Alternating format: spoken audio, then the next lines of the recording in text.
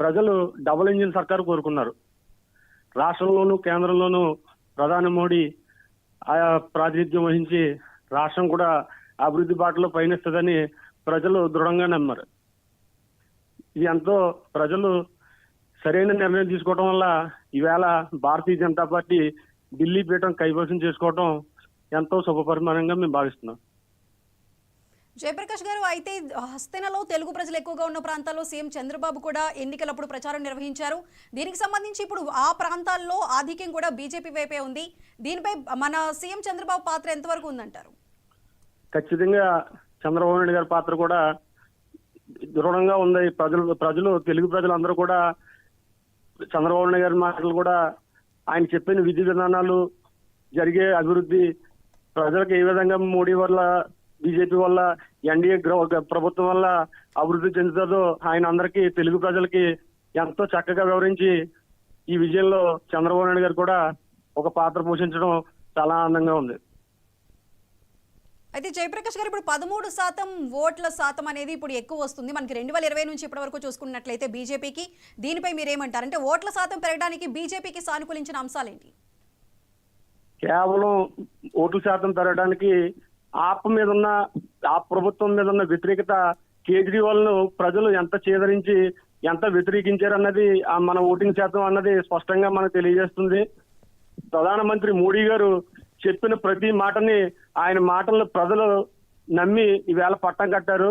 దీనికే ఓట్ల శాతం పెరగడానికి కూడా ముఖ్య కారణం ఏంటంటే ప్రభుత్వమే ప్రజలకున్న వ్యతిరేకత, అదేవిధంగా వాళ్ళ అవినీతి, ఇవన్నీ కూడా పరిపాలనా పద్ధతులు సరిగ్గా లేకపోవడం, పరిపాలనా విధానం సక్రమంగా లేకపోవడం, ఇవన్నీ కూడా బీజేపీ ఓట్ల శాతం పెరగడానికి ముఖ్య కారణంగా మేము భావిస్తున్నాం.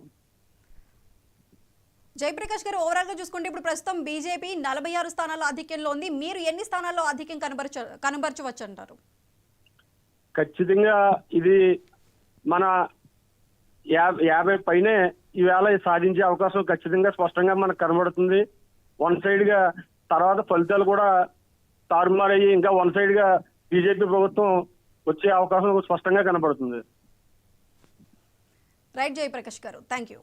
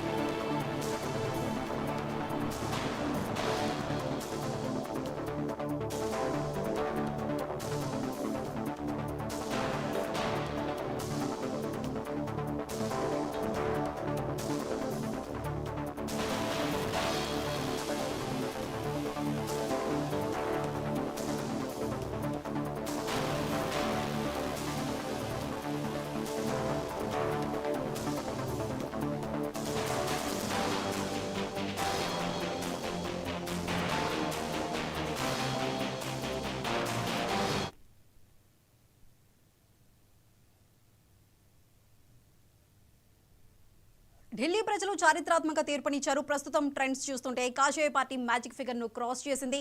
ఓవరాల్ గా 47 స్థానాల్లో ఆధిక్యంలో ఉంది. దాదాపు 26 ఏళ్ల తర్వాత హస్తనపీఠంపై కూర్చోనుంది. కమలం వికసించడంతో ఆ పార్టీ నేతలు సంబరాలు చేసుకుంటున్నారు. అయితే ప్రస్తుతం ఢిల్లీ బీజేపీ కార్యాలయం నుంచి మా ఇన్పుట్ ఎడిటర్ నవీన్ మరింత సమాచారం అందిస్తారు లైవ్ లో. నవీన్, చెప్పండి, ప్రస్తుతం అక్కడ ఎటువంటి పరిస్థితులు ఉన్నాయి?